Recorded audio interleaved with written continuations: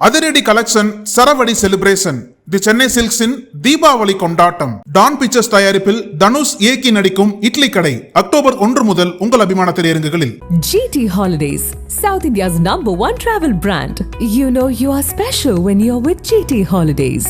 Social மீடியாவில் சிலர் பரப்புற வதந்திகளையும் பொய் செய்திகளையும் பார்த்துட்டு தான் இருக்கேன். எந்த ஒரு அரசியல் கட்சி தலைவரும் தன்னோட தொண்டர்களும் அப்பாவி பொதுமக்களும் இறக்கிறத எப்பொழுதும் விரும்ப மாட்டாங்க. கரூரில் நடந்தது பெருந்துயரம், கொடுந்துயரம், இதுவரை நடக்காத துயரம், இனி நடக்கக்கூடாத துயரம். மருத்துவமனைக்கு நான் நேரில் போய் பார்த்த காட்சிகள் இன்னும் என் கண்ணை விட்டு அகலலை. கனத்த மனநிலையிலையும் துயரத்திலையும் தான் இன்னும் இருக்கேன். செய்தி கிடைச்சதும் மாவட்ட நிர்வாகத்தை முடுக்கிவிட்டு எல்லா உத்தரவுகளையும் பிறப்பித்த பின்னாலும் என்னால் வீட்டில் இருக்க முடியல.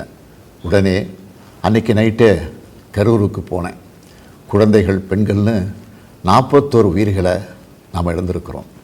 இறந்து போனவங்க குடும்பத்துக்கு தலா 10 லட்சம் ரூபாய் அறிவித்து அதை உடனடியாக வழங்கிட்டு இருக்கோம்.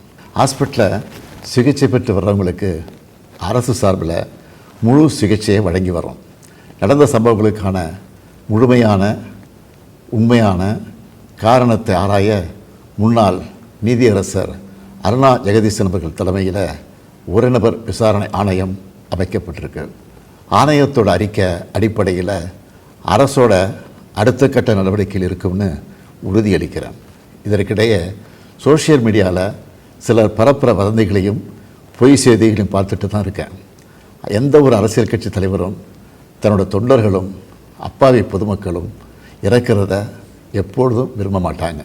இந்த சம்பவத்தில் உயிரிழந்தவங்க எந்த கட்சி சார்ந்தவங்களாக இருந்தாலும் என்னை பொறுத்த வரைக்கும் அவங்க நம்மளோட தமிழ் உறவுகள். எனவே சோகமும் துயரமும் சூழ்ந்திருக்கக்கூடிய இந்த நிலையில் பொறுப்பற்ற முறையில் விஷமத்தனமான செய்திகளை தவிர்க்கணும்னு கேட்டுக்கிறேன்.